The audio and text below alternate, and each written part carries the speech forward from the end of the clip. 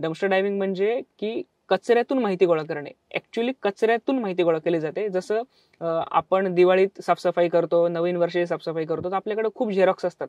आपण काय करतो, बघतो आणि डायरेक्ट टाकून देतो, रद्दीत टाकतो किंवा कचऱ्यात फेकून देतो. या कचऱ्यात किंवा रद्दीत टाकलेल्या जे डॉक्युमेंट्स असतात हे या स्कॅमर्स कडून सापडवले जातात किंवा उचलले जातात.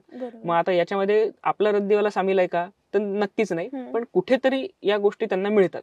सो सगळ्यात मेन सोर्स ऑफ डॉक्युमेंट जे ते डम्पस्टर डायव्हिंग आहे. दुसरी गोष्ट म्हणजे आपण मॉल्समध्ये जातो किंवा कुठे कुठे हॉटेल्समध्ये जातो किंवा मग मॉलमध्ये काही स्कीम आहे किंवा मॉलमध्ये आपण बघितलेले असतात, क्रेडिट कार्ड देणारे खूप लोक असतात, लोन देणारे असतात, त्यांच्याकडे डॉक्युमेंट्स दिले जातात. सो असे कधीही द्यायचे नाहीत. जर तुम्हाला डॉक्युमेंट्स द्यायचे, लोन पाहिजे, क्रेडिट कार्ड पाहिजे, तर बँकेत जा, त्या बँकेच्या ऑफिसमध्ये जा, त्या कंपनीच्या ऑफिसमध्ये जा. टूर्स ट्रॅव्हलचे पॅकेजेस दिले जातात, त्या ऑफिसमध्ये जाऊन जा.